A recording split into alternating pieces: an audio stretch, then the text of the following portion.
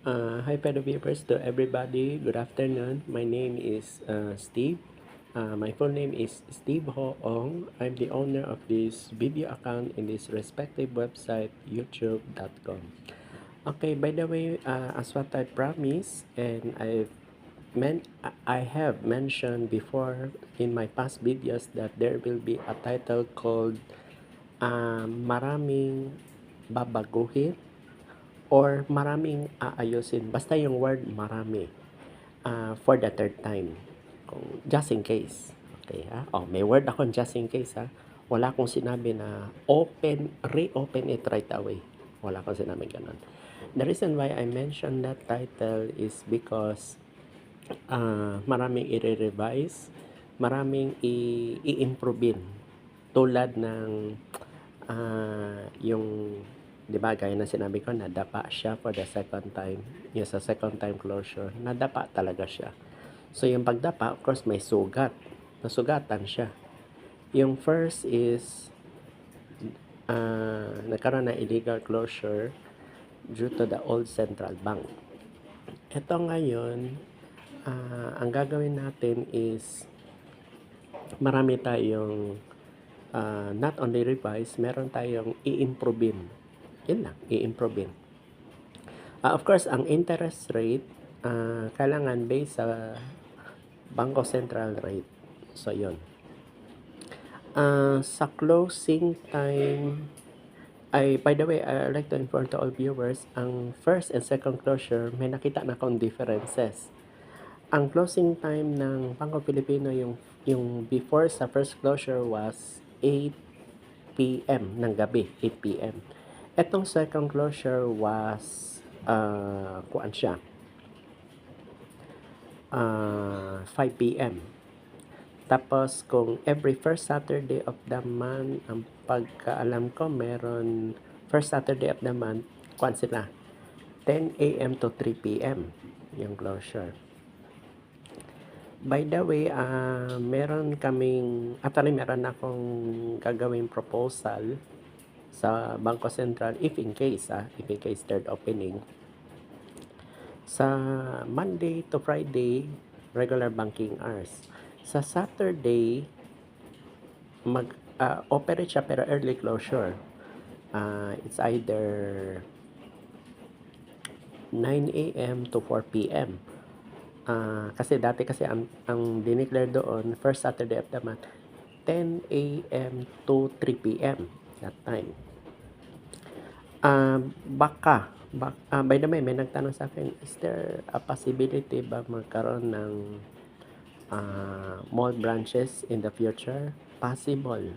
It's possible. All over Philippines, hindi lang Metro Manila. Provincial branches included. Of course, before we operate, there must be a capital and budget, of course. By the way, ang unang requirement sa bank is you cannot operate a bank and branches without a vault. Importante ang vault. Siyempre. By the way, the consortium will be the same. Banknet pa rin ang consortium. Ang madadagdagan baka mag-apply ng digital banking. Kagaya ng napansin niyo yung GoTime Bank, Uno Digital Bank, CIMB Bank, yung Malaysian base na nag-operate dito sa Philippines. Pero kuwan siya, walang face-to-face. Ito siya, bangko, pero may nag-ooperate, pero hindi nakalaan ng face-to-face. Ibig sabihin, yes, tama hinala ninyo. Ang depositor, imbes na, kasi uso na sa ibang country, yung bang o-open ka na account through online. Yun din na ang nasa isip. Kasi we are now in the digital age. So, yun. So, maraming improvements, maraming changes. Of course, may not necessarily totally revised, but with it, ang ma-assure ko talaga improvements. Tapos kung ano yung mali nila before, tama ang sinabi ninyo, iko-correct natin. Tulad ng example na yung pera, part ba sa budget o wala? Kung hindi part sa budget, of course, they will not release the funds. Tapos sa legal team, kung halimbawa ang bangko nakasuhan, of course, maghahanap tayo ng abogado na matatag at hindi basta-basta. By the way, kung just in case ang lawyers, no, ang kalaban nila ay matindi or yung mabagsik, huwag kayo mag-alala kasi pag-aaralan namin ng team namin sa mga former depositors ng Bangko Pilipino. Hahanap tayo ng matatag na abogado na hindi basta-basta magko-collapse. By the way, hindi lang isang lawyer. We are talking about many lawyers. Tough lawyers. The reason why I mentioned tough lawyers kasi baka yung that time mga I'm not saying pipichugin lawyers, but yung parang mabagsik ang nakontra nila. Kasi kung natatandaan ninyo, yung inarrest si former Vice Chairman Perfecto Yasay Jr. na wala namang kasalanan, private firm ng Central Bank. Private firm. So, parang nagkaroon na ng what do you call this, ng kataka-taka. Kasi kami rin nagtaka din bakit i-arrest na wala namang kasalanan. Kaya siya nakalaya. Of course, nag-post siya ng bail bond. Ito ngayon, mas kukuha na namin. We will improve. At kailangan wala ng issues for the third opening. Kasi hindi na pwede pangatlong dapa or matumba o basta-basta lang mako-collapse. And we will assure for the third time wala nang liquidation. Kuan siya. Ito, by the way, hindi lang rehabilitate ang pinag-uusapan. Ang pinag-uusapan dito is recovery. Ang issue kasi ito this bank must be recovered. Of course, there will be another letter, reconstruct. So, kumuha kayo ng papel, ballpen. Ang solution dito sa Bangko Pilipino is recovery and restart. Yun. Of course, I was also thinking sa every branches meron armored car. All provinces, all cities. Anyway, isa lang ang municipality sa Metro Manila, which is Pateros. I was also thinking makakaroon ng Pateros branch. Yes, in the future. That's part of my plan. Tsaka maganda ang aking intention sa aking third opening. Marami ako i-improvein sa Bangko Pilipino at saka kung ano yung pagkukulang mako-correct. Yan po. Tapos sa mga employees na yung retirement, we will improve it, and our assurance is it will not affected sa banking operation. Ibig sabihin intact siya. Ibig sabihin hindi nagalaw yung pera. So yun. Then kung just in case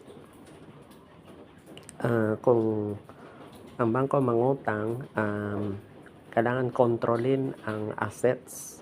Assets is very important. Then capitalization. So kasi ang nakikita kong problem, baka yung assets tsaka capital nagsabay. Kasi kung nagsabay tapos nagkaroon shortage, so tataas ang liabilities. Ang gagawin natin will be, I know this is not an easy task, ang assets kailangan higher kaysa liabilities. Kasi kung mababa ang assets, mataas ang liability, close talaga ang bangko. Ito kasi, itong second closure, nagkaroon ng misunderstanding, to be honest. Kasi ang pinalabas nila, mataas ang liabilities kaysa assets. Sino hindi makakaunawaan? Then ito pang dalawa, may alitan. that time, BSP tsaka Bangko Pilipino. Kaya hindi sila magkasundo. So, yun. Pero itong third na to, sure na talaga. It will take time talaga. Bahala na kung tumanda na tayo, basta hanggang pagkamat ako habang nagsasalita pa sa video or ikamatay ko pa, ay assure. Kailangan ma-normalize to kasi or else patay talaga ang bank. Nadapa na siya for the second time. Pero itong pangatlong opening, hindi na. Yan talaga ang kuang ko. I understand this will take time kung paano i-operate balik. Of course, PDIC, Philippine Deposit Insurance Corporation. Kung corporation ang bangko, kuan siya. What do you call this? Kung corporation kasi, kailangan dumaan ng license sa Securities and Exchange Commission. Kailangan then listed sa, kasi listed dati kasi sa Philippine Stock Exchange or PSE. Then, kung meron silang investment trade, kailangan they need to register. Halimbawa, sa mga stock market, alam yan ng Metro Manila. So, kailangan meron silang background. Stock trades, yun. So, yun talaga ang kuan. Kasi kung walang stock trades, baksak talaga ang bank. So, yun to. By the way, I'd like to remind to our viewers, you can repeat this video or rewind this video. Pwede niyo i-view paulit-ulit so many times. Then sooner or later, you will understand this video. Tama pala si Sir Steve. Itong video na ito, hindi lang para sa akin. Para ito sa lahat ng depositors. Hindi ito pakulo. I know it's easy to say. The question is, how? Alam ko po yan. By the way, before I say goodbye in this video, I would like to inform that this video is heavy content.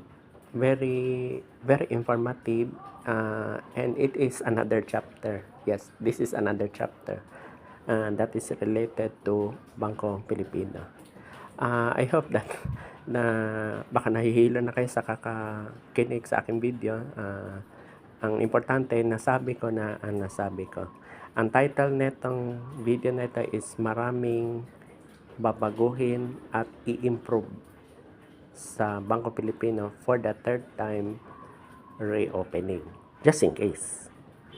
Okay, thank you for listening in this video. I hope you learned a lesson. And at least yung mga mali nila before, mako-correct natin. Of course, there's a saying, we learn our mistakes. We learn our mistakes. Because no one is perfect, di ba? So, that's it. By the way, marami pa yung susunod na chapters itong related sa Bangko Pilipino. Kasama yung mga previous na related sa their products and services. Thank you for listening in this video. Good afternoon.